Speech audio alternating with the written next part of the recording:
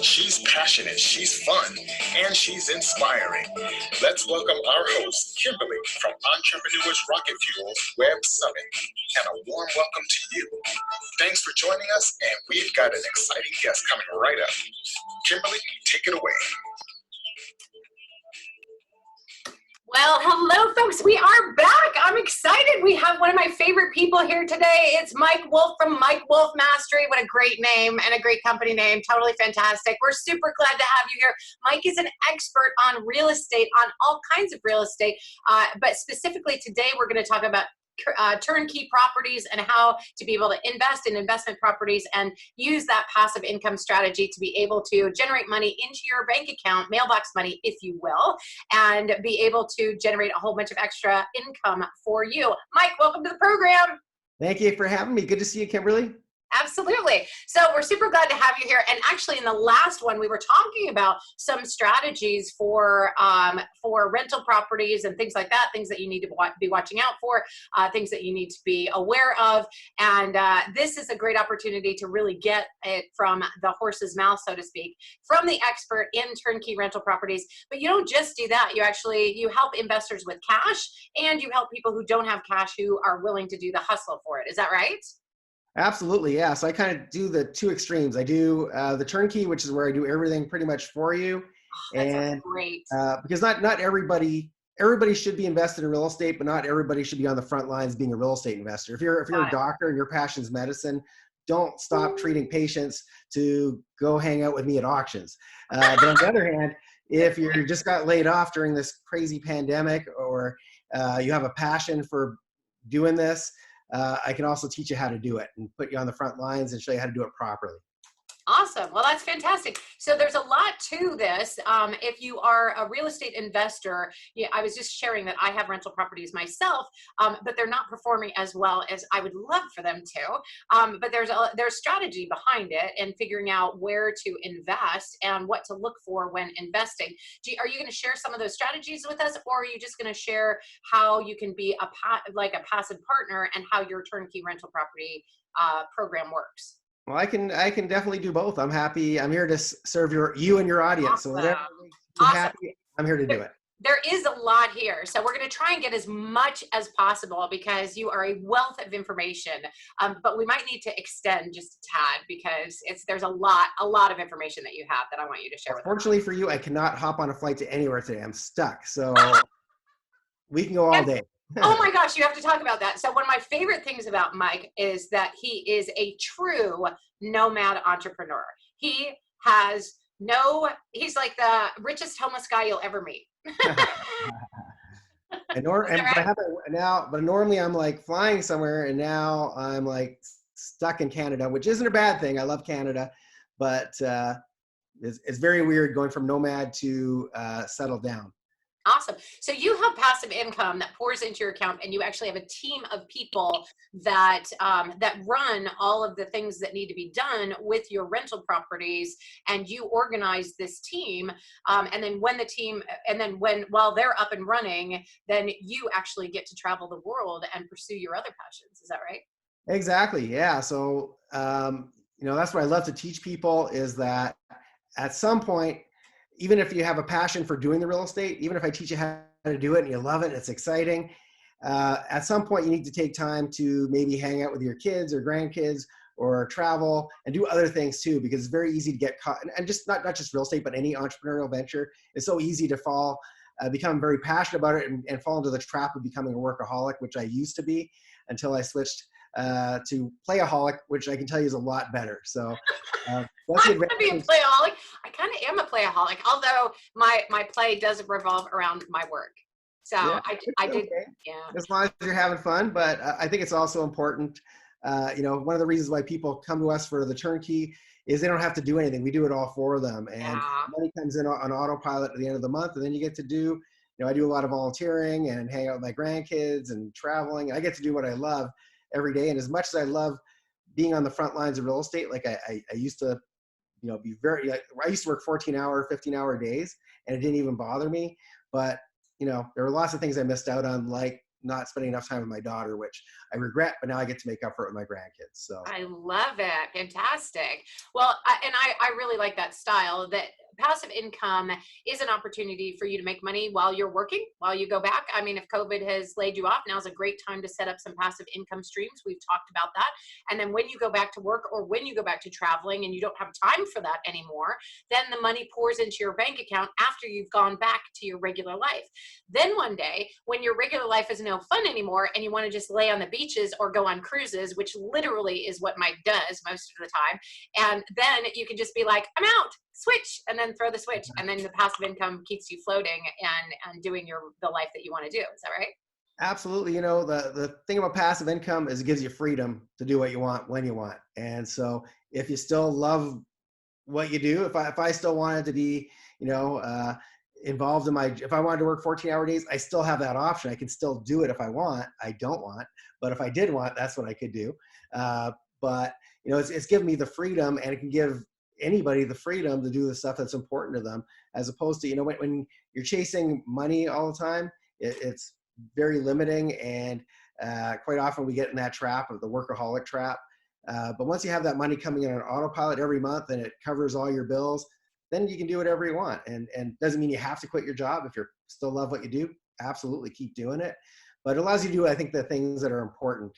And it kind of changes people's perspective once they have enough cash flow coming in that they have their time back.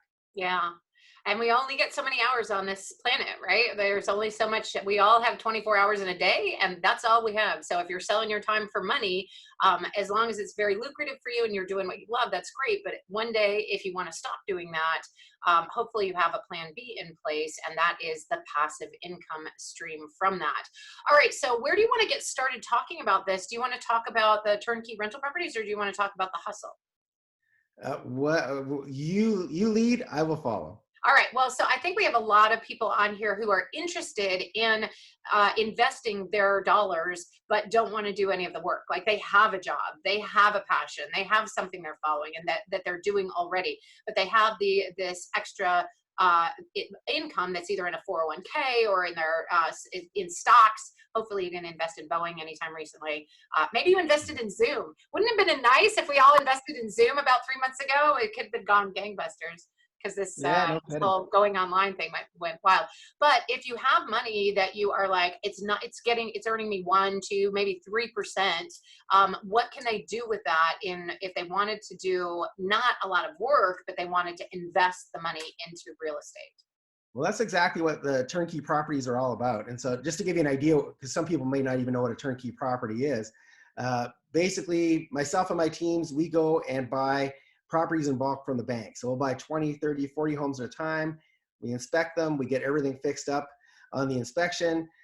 We then put tenants in place, and my property management team looks after it. And so from your perspective, if you're one of my clients, you're buying a piece of property, you own that, you've got title to it, but you don't have to take the time to become an expert at real estate investing. I've been doing this for 30 years, and I've made every mistake in the book.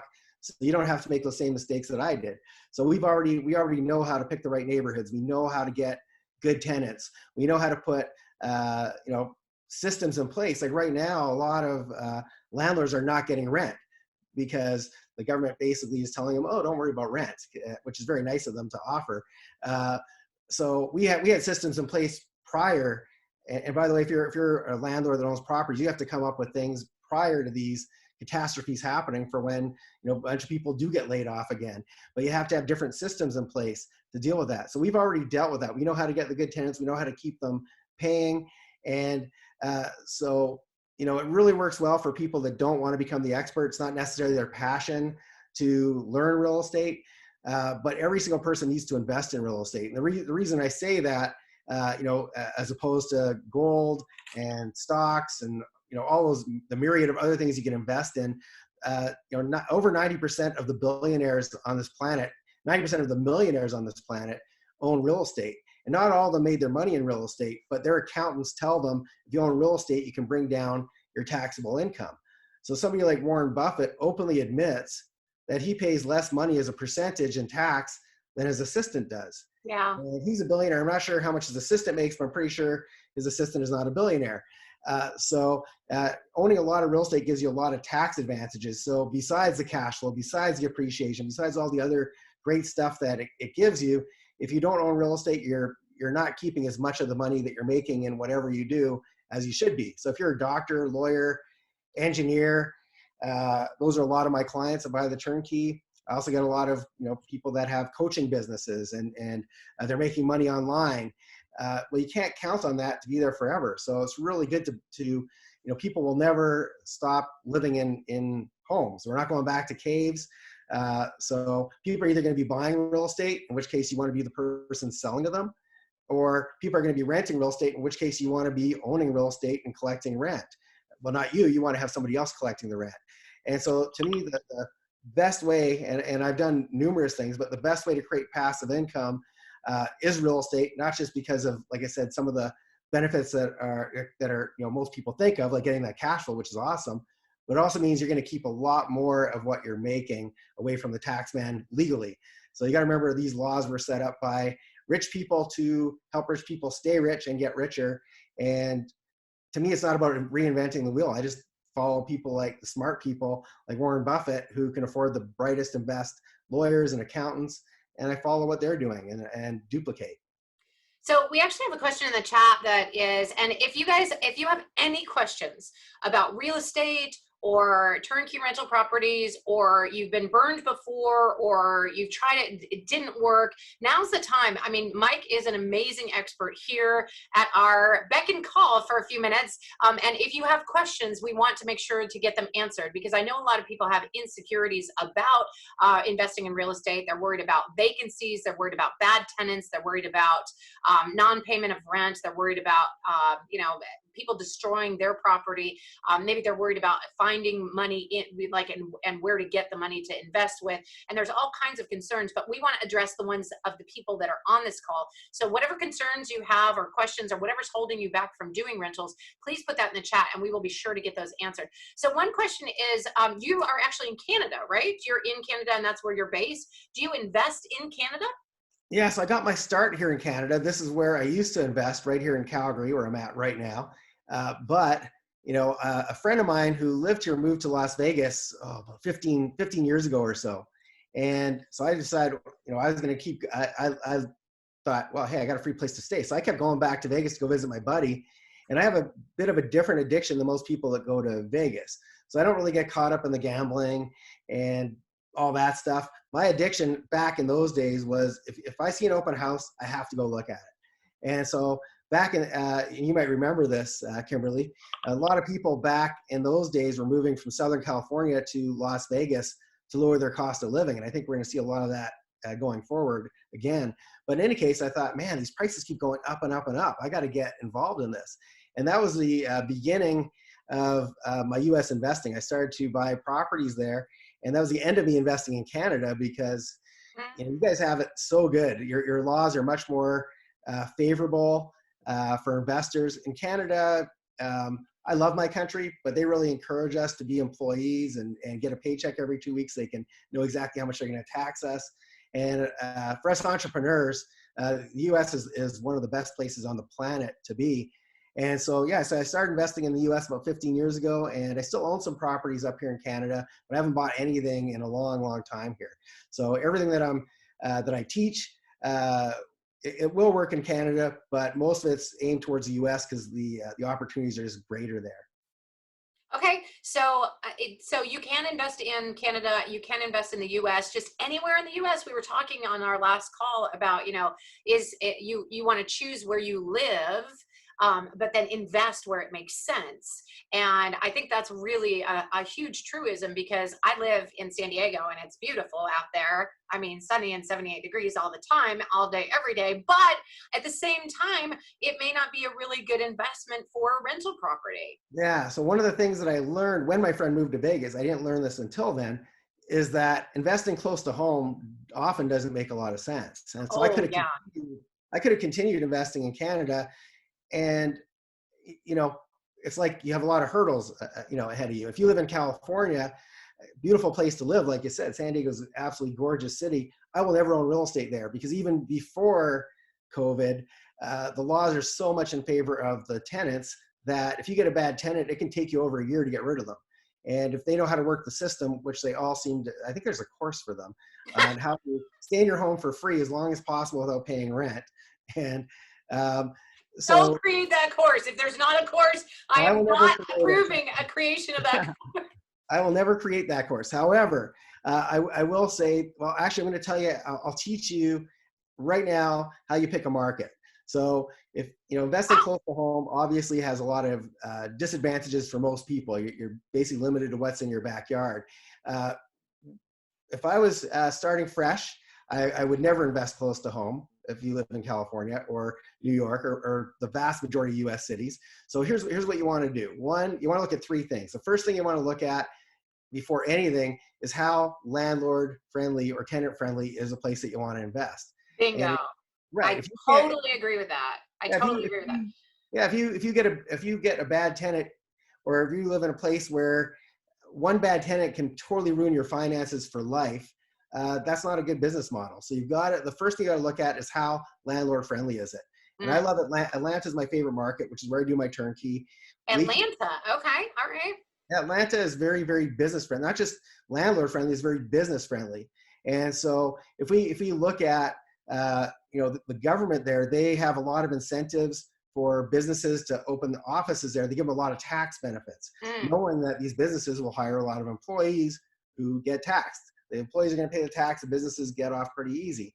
So what that means is you have a lot of head offices there. It's head office to Home Depot, Delta Airlines, Coca-Cola, Turner Broadcasting. I mean, the list goes on and on and on. And why that's important to you as a potential real estate investor is if your tenants lose a job and you are in Detroit, where it's the auto industry, who's going to be buying automobiles post-COVID? Nobody. Money is going to be tight for most people. Auto industry is going to be suffering. And same with where I'm at right now. I'm in Calgary, which is the oil capital of Canada. Well, where oil is right now, if I had to invest close to home, I'd be in trouble. So number one thing you want to look at is, first of all, is it landlord or tenant friendly? And it's an extra bonus if they happen to be business friendly. So number two thing we look at is, what are the chances and what is going to cause appreciation in the market you want to get into? So if we look at, once again, Atlanta, imagine you wake up and you're living in Manhattan, you're paying $5,000 a month rent for your one-bedroom apartment, and suddenly you have no job. Well, you're not going to sustain that lifestyle for very, very long.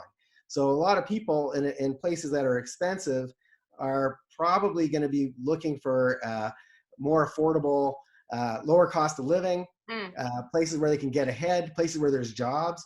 And so once again, we get back to that job thing where there's a whole bunch of jobs currently in Atlanta. There's a lot of businesses moving offices there for the tax benefits. And so we're going to have a lot of people post-COVID moving to places that are affordable and where there's jobs. And so number two thing is appreciation. What causes appreciation is obviously demand. And if you have more people moving there, that's going to put a demand on the market. So that's number two. Number three, which is what most people go to first, and it's a mistake, is they just look at, well, what's my ROI going to be? How much rent am I going to get relative to the purchase price? That's I thought that was a big one. I really did. I thought there was like a goal to that. Yeah, well, the problem with looking at that first is if you pick a market, you could look at, and I'm sorry to pick on Detroit. If anybody lives there, I'm not picking on Detroit.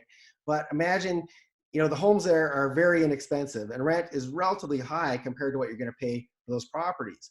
But if you have a bunch of, population shrinkage, people are leaving, that's what we call paper returns. It looks really good on paper where it's like, man, I can get, $1,000 a month rent on this $70,000 or $60,000 property. Looks great, but your chance of actually getting rent for more than two to 3 months, and I speak from experience because that's one of the markets that I unfortunately tested and will never go back to, but it looked really, really good on paper, but those returns never materialized. So the other thing is that second thing I mentioned, that appreciation, that's actually where you create most of your wealth in real estate. So if your property stayed the same value and you're getting cash flow, well, that's great, but you've got to stick with your job to save up more down payments, more money to buy more properties. If you get in a market that goes up, the big benefit to that is I don't live in Atlanta. I'm investing there because it makes the most sense. There's going to be a time down the road where Atlanta doesn't make the most sense. There's going to be a better market. Atlanta is going to appreciate. The numbers won't make sense to buy more properties anymore. And then what I do is I sell my properties in Atlanta, take that money, and then go to the next market. And the advantage of Turnkey is, once again, you don't have to go keep building teams in all these markets. I'm going to do that for you. I'm going to find the opportunity. I'm going to find the homes. I'm going to do the work to fix them up. And then you get to come along for the ride. So I can help you build a portfolio as you go from market to market. If you stay in a market that never appreciates, you might get all right cash flow, but chances are you're not going to be able to quit your job. If you can go from a market, let it get in while it's low, ride it up, and then when people start fighting over properties, sell your properties, take that money and use something that you guys have in the US called the 1031 exchange, which we don't have here in Canada, and take all that money without paying any capital gains on it, reinvest it in more properties. That's like a gold mine. So the best way to build your portfolio is to have your previous properties help you buy your new properties as they appreciate. I like that. And it's an exit strategy, right? You are like, okay, this is no longer a good name, no longer a good area to be investing in. I really want to invest in this other area because it's going to appreciate more, because sometimes it does appreciate and sometimes it doesn't. There's been times in California where things were skyrocketing and times where they took real dips, right?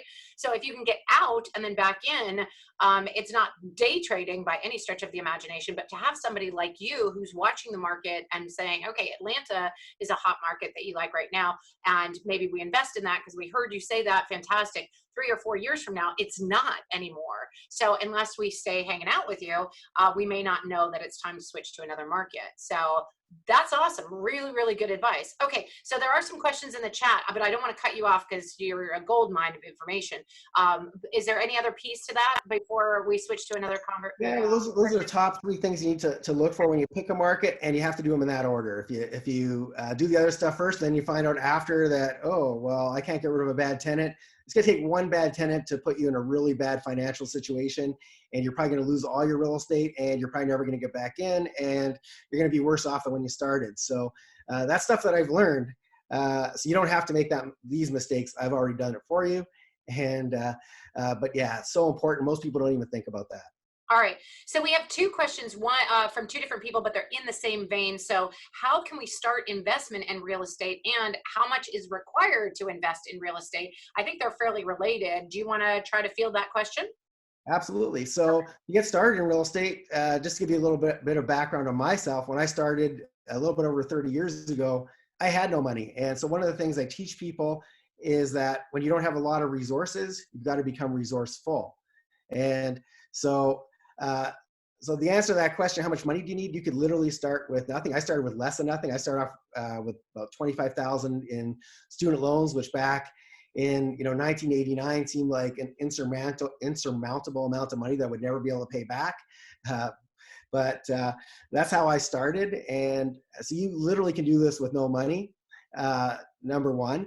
Number 2, how do you get started? There's a whole bunch of different ways. If I could go back in time, and knowing what I know now, like back in the olden days, I did things very traditionally and very transactionally, meaning, while I was working, after I got my first degree, I got a job at the phone company and managed to buy my first property. But I did things very traditionally, meaning I would save up a down payment, qualify for a mortgage, buy the house, then I'd save up another down payment. It was a very slow one. By no means am I complaining. I'm very grateful for where it led me, this amazing path that I've been on in this journey.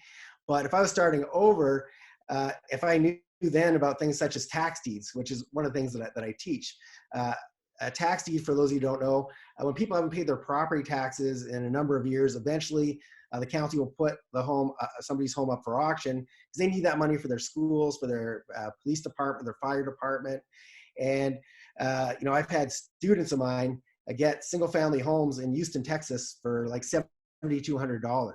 So, and that's not the down payment. That's actually owning the house free and clear, no mortgage, no nothing. And so obviously you can get a lot more properties a lot more quickly if you know some of these strategies. That's one. There's something called wholesaling, which if you don't know what that is, that's basically putting a home under contract. You're not actually going to buy that home if you have no money, because you can't. But then you're going to find somebody like myself, another investor. Let's just use an example. Let's say you found a property worth $200,000 and you put it under contract for $100,000. and you called me up and said, hey, Mike, I got this property. You should be able to make like 100 grand on it. If you're willing to give me $10,000, I'll sign the contract to you and you can go run with this deal and make all you want. So the cool thing is you put no money into this deal whatsoever. You might put $1 for a deposit just to make the contract legal. Then you're letting me run with it. You get paid as soon as I take over that deal. You make your 10,000 right then and there. I have to go do the work to fix the property. I'm going to make the bigger paycheck. But if you do a few of those, you can get enough money to go buy stuff at auctions. You can also, as an investor, like you find the property, you lock it up, you put it under contract, it's worth $50,000 or $100,000, and then you find somebody who wants to just invest and take properties that have already been found and turned over to them. But then you make money just right off the bat without having to do any of the work. Is that right? Exactly. And that's one way to do it. The second way to do it, which is more profitable but takes a little bit longer, is you call up somebody like me and say, hey, Mike, I've got this great deal. It's 100,000 under market. If you put up the cash, I'll do the work. And why don't we split the profits? Now, instead of making 10,000, you made 50,000. Now there's a little bit more risk. If for some reason the deal it goes sideways, then of course there is more risk and it's a little bit lengthier amount of time until you get a paycheck. But those are some of the ways. And I always say that when you have a good deal, the money will follow. If somebody called me up and said, hey, Mike, you can make $100,000, that's going to get my attention. Or even if you said, hey, I found the deal, you're doing, here's the funny thing is a lot of people that don't have money think that that's a big hurdle that's stopping them.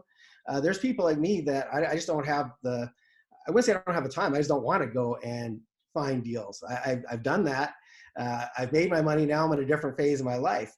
Having said that, if you have the time to go find deals and somebody calls me up and says, hey, I've already done all the work of finding it, you just want to cutting a check is really easy. It's very, very short time-wise. It doesn't take up a lot of my day. So to me, that's the easy part now. When I first started, that was not the easy part. The tough part, the tough part back when I started was money. But don't let a lack of funds hold you back. Another good example is, I told you I had a student that picked up a home at the tax deed auction for $7,200. That's incredible. And you're talking about the whole shebang. It's not just a piece of land. Everything. It's the whole thing, $7,200. Because here's the better part. It wasn't even his $7,200. He actually one of the things I teach in my classes is how to raise money. So one of the strategies I teach is that, imagine you go to a meetup group for real estate investors. And first thing everybody's going to ask you, oh, what kind of real estate do you do? And you say, oh, well, I specialize in Texas tax deeds. First thing they're going to ask you is, what the heck is a Texas tax deed? Then you tell them what it is. And then you're never going to lie. You're never going to say you did a deal that you didn't do. But you could legitimately, if you're one of my students, you can say, well, here's a deal that my team has done, because I give my students my team. So they don't have to live in Houston, Texas to do a deal. They call the team goes to the auction. So, if you say, hey, here's some case studies of some of the deals that my team has done, bought this home for $7,200, sold it for $90,000, bought this one for $10,000, sold it for $100,000, bought this one for $125,000, sold it for $300,000. If you show these examples and say, hey, the only thing holding me back from doing more is money, do you want to team up with me? These people can't circumvent you because they don't know how to do it. It's the strategy. If you don't know what you're doing, you go to these auctions, you're going to lose your money, guaranteed. But you have the education, you know something that they don't know. So you're bringing education to the deal. You're bringing a team to the deal. All they've got to do is cut a check. Once again, in some ways, they've got the easy part. After you've done a few deals with somebody, your money partner, you don't really need them anymore. I recommend you keep them. If they help you get started, keep doing deals with them. Keep making the money.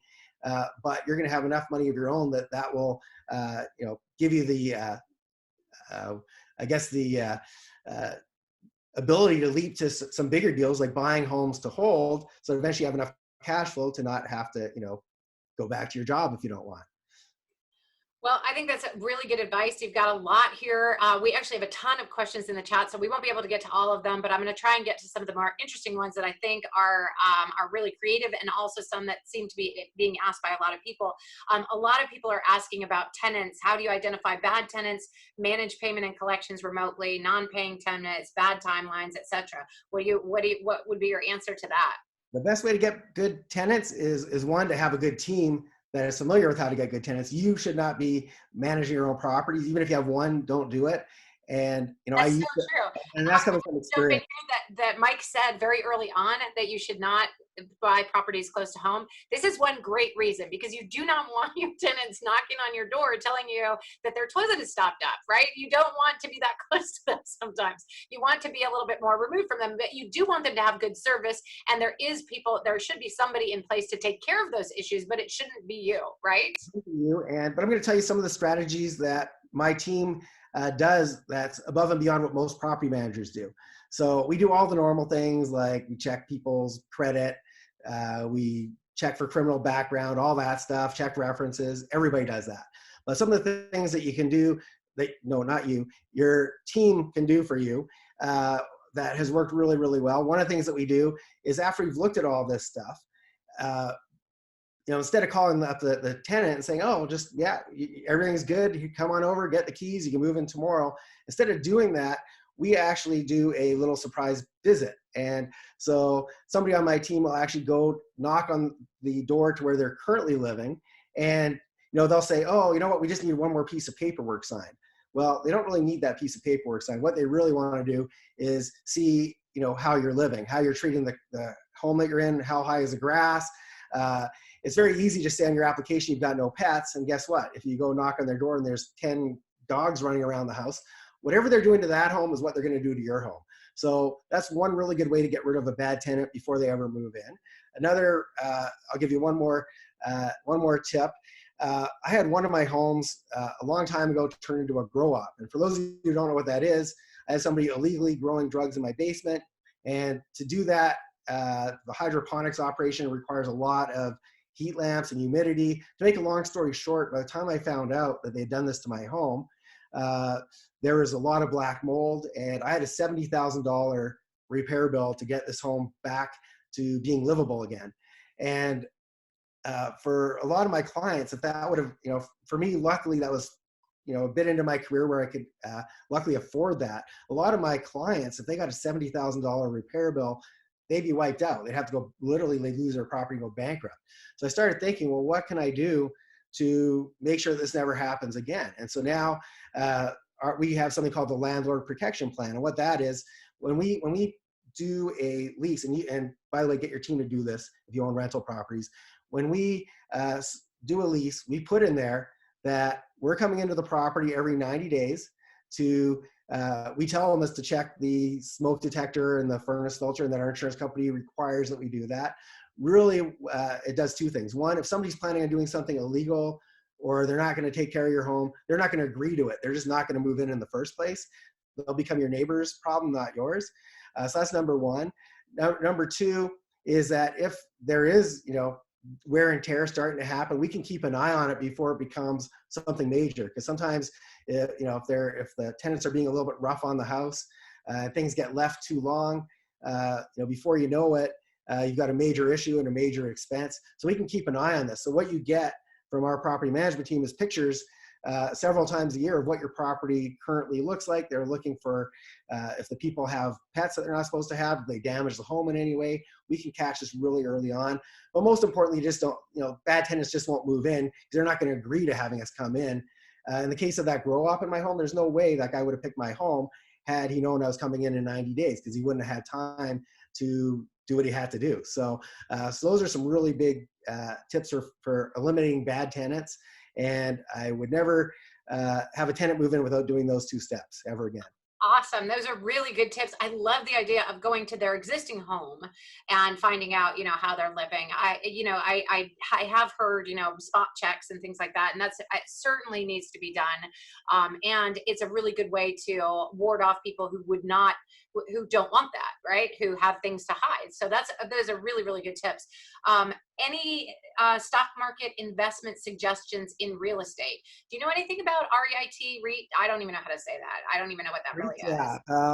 My advice personally is, real estate has a lot of benefits. And as I mentioned, there's the tax benefits of ownership and depreciation. And there's so many advantages to, owning the real estate. Investing in a REIT or investing in somebody else's fund, you don't get all the benefits of owning the real estate. So my advice would be to to, whenever possible, own the real estate yourself, have your name on title, have the ownership and get all the benefits that comes with it. I'm not a big fan of investing in other people's funds. I know of a lot of cases where, if you read the fine print, they're spending a lot of money on marketing, for example, and that's coming out. The money you're investing isn't all invested in real estate. It's invested in marketing to attract more people to the funds. And I've seen a lot of examples of people who invested in these funds that own real estate, and the real estate was doing fine, but they ended up going bankrupt because there were just too many fees, and they had acquisition fees and disposition fees and management fees. So I'm not a fan, to be honest. So my advice personally is to stay away and get in the real estate game yourself, having the ownership yourself, because that gives you control. And when you have control, for instance, you're in the middle of COVID, for example, you don't want to be selling into a market like that. You want to be having properties that are, putting paychecks on, putting money in your bank every month, so you're putting food on your table. You want to be able to sell when you want to sell. You want to be able to rent when it makes sense. You want to have the ability to switch markets when it makes sense. And that all comes from, having the control and having title to your properties. That's fascinating. Yeah, I think that's probably true. If you've got somebody else managing it and you're just trusting in them, that's great, as long as you have some input in that and you're able to control it. And I like what you do with your real estate investors. You're actually, you mentioned that when people work with you, they actually own the property. It's not just that they own, like they're giving you money and then you're doing what you need to in order to make money with it. No, they're owning a piece of property. Is that correct? Exactly. So they're actually buying a home, or two or three, and they get to choose that home. We're always buying inventory. So we're buying, like I said, 20, 30, 40 homes at a time from the banks. By the time they're ready for sale, they're fixed up. They have tenants already in place, are already generating revenue. And so you're buying something that's already working.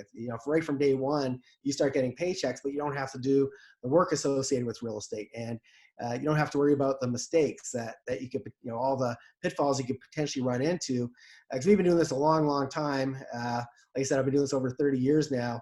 And I've learned a lot of things along the way, like just some of those strategies on how to pick renters. If you try to do this yourself, or you have a property management team that, I don't know any other property management team that does some of the things that we do. And that's all come from the screw ups that I made and very expensive lessons that, like that $70,000 lesson. I wish I could have had somebody like me back in those days who could have said, oh, Mike, of course you got to put this clause in your rental contract. Of course you're going to go check on the property. I didn't, you don't know what you don't know.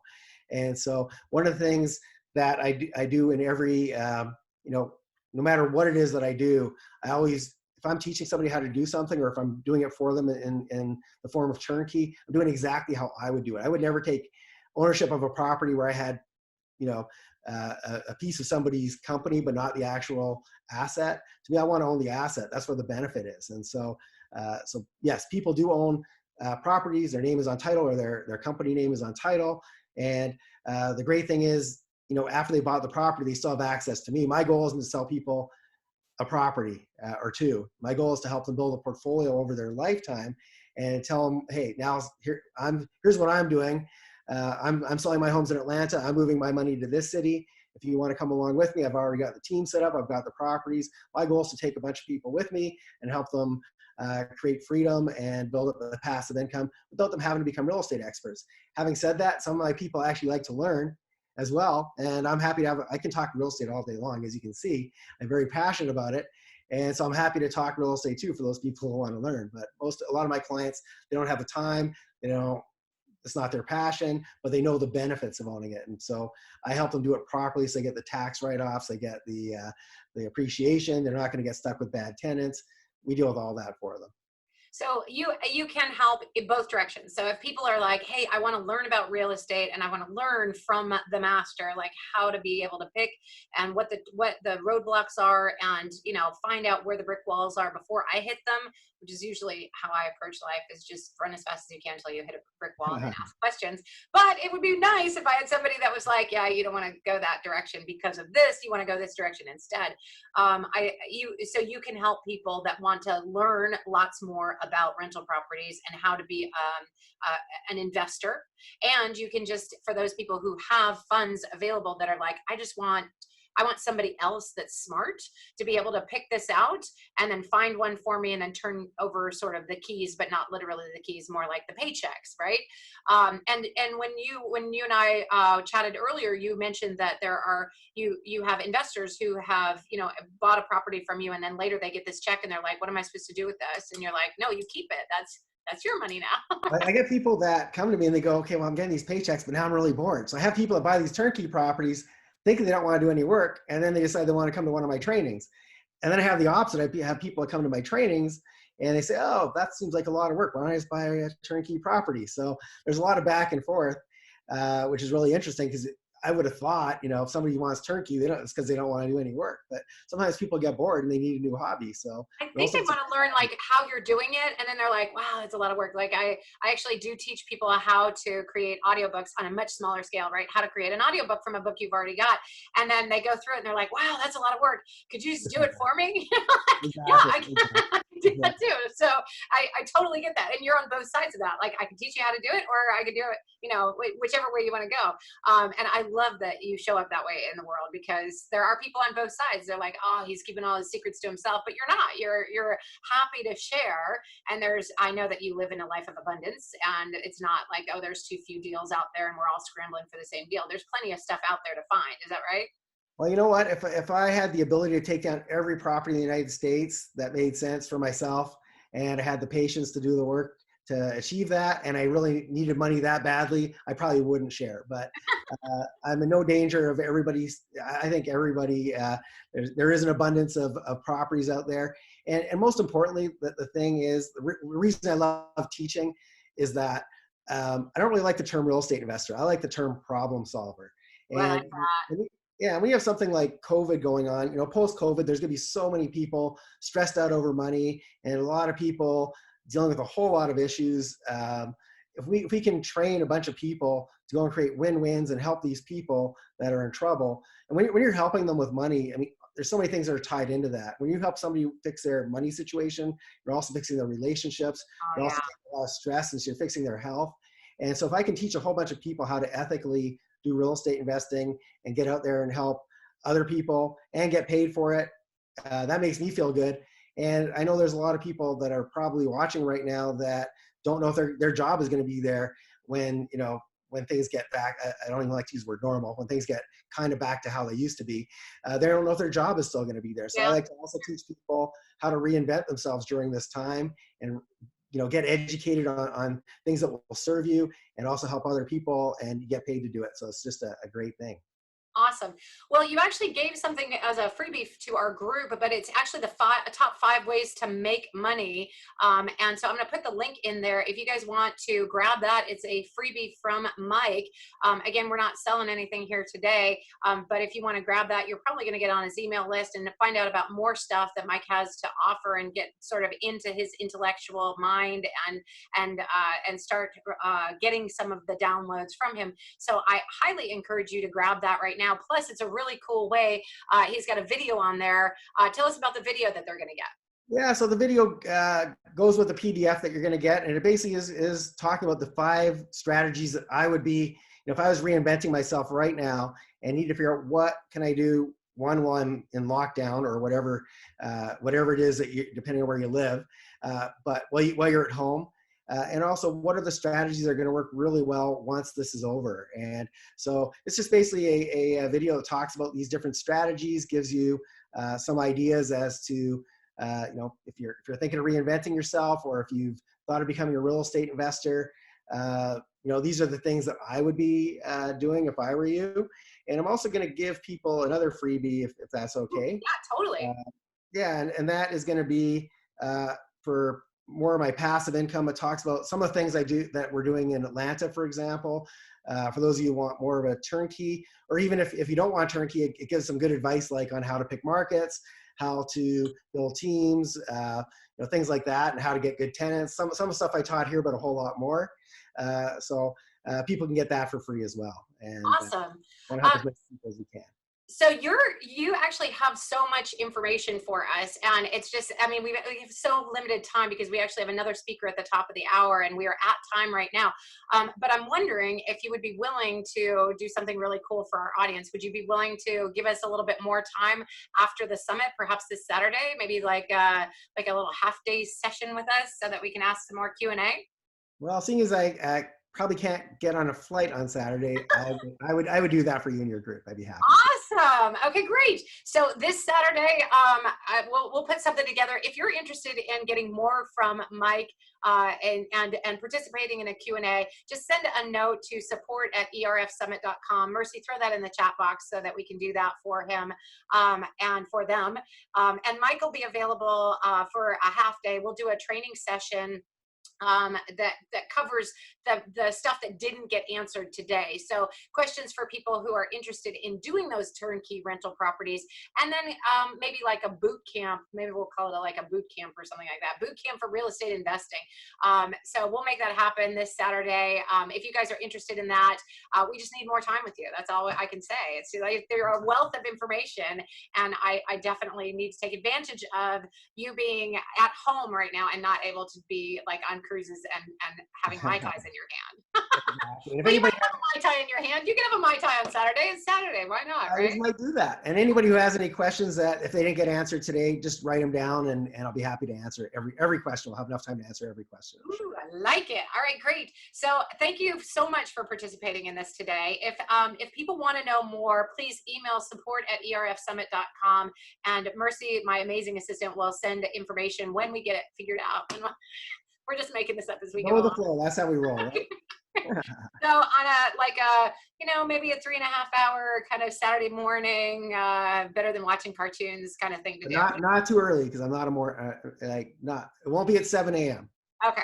All right. Perfect. But you're in Mountain Zone, right? I'm in Mountain Time, so any 9 a.m. the earliest Mountain. Okay, 9 a.m. All right, you're on. I'll actually show up showered and everything. So 9 a.m. All right, we'll get you all showered and everything. Perfect. Oh, we got a lot of people that are responding. Perfect. All right, so Mercy, if you are getting emails at support@erfsummit.com, keep track of those people. We'll let them know about the Saturday session where we're gonna tie up your morning, and we're gonna I don't know, like bagels and coffee with Mike. What do you think? Sounds great. Love it. Love it. By the way, Mike's a vegetarian, so no meat. Actually, you're a vegan, yeah? I try to be vegan. Sometimes I go vegetarian, especially because most restaurants are shut down. So I'm being a bit of a sinning vegan, but a very strict vegetarian. Awesome. All right. Well, we'll do bagels and coffee. Sounds good to me. All right, ladies and gentlemen, we are at the top of the hour. We have another one at the top of the hour, and we are at time right now. Mike, thank you sincerely from the bottom of my heart for being here for me and my people. I really appreciate it. You're a wealth of information, and I'm so glad we were able to talk you into doing more. That's awesome. Well, thanks for having me. And I'm looking forward to Saturday. It's going to be fun. So I don't shut up when I start. When you start me talking on real estate, I don't shut up. That hour went so fast. That did. It totally did. All right, guys. I'm Kimberly Haubscheid with Entrepreneurs Rocket Fuel and the Passive Income Web Summit. Mike, before we let you go, any final words for our crew? I just say that, if you're feeling a little bit down from all that's going on, you're worried about your job or the future, whatever. One, hang in there. It's going to get better. Number two, if you've ever thought, you want to change, you want to become your own boss, and if real estate appeals to you, I'd love to help you make that a reality. So, and I started with nothing, so don't feel like you have to have a whole bunch of resources or cash or any of that stuff. So, all right, great.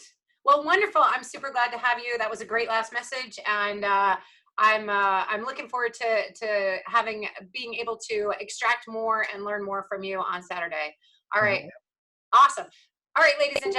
We'll see you back at the top of the hour. We got another one for you. I'm not sure who's next. Mercy, you might want to pop that into the box so people know what's coming up next. But we've got a whole lineup for you all day today. Oh, Hawk's coming up. Oh my gosh, it's an Airbnb. This is going to be a really, really fun one. We're going to talk about how to leverage your properties that you already have if you have extra rooms or an extra property, and how to make the most of it. Next on Hawk Mikado's coming up to talk about Airbnb. I know a lot of people are really curious about the whole rent your stuff thing. So we'll make that happen. All right, ladies and gentlemen, we see you back at 11 o'clock my time, and we're out. We're going to dance our way out of here. Perfect. Let me get the outro music going. I kind of like it. Thanks, Mike. That was an amazing expert. Oh, it's fun. We're here with Kimberly, who is the rocket fuel for entrepreneurs. She's on a mission to help you launch your business to new heights. Nobody lives out loud better than Kimberly.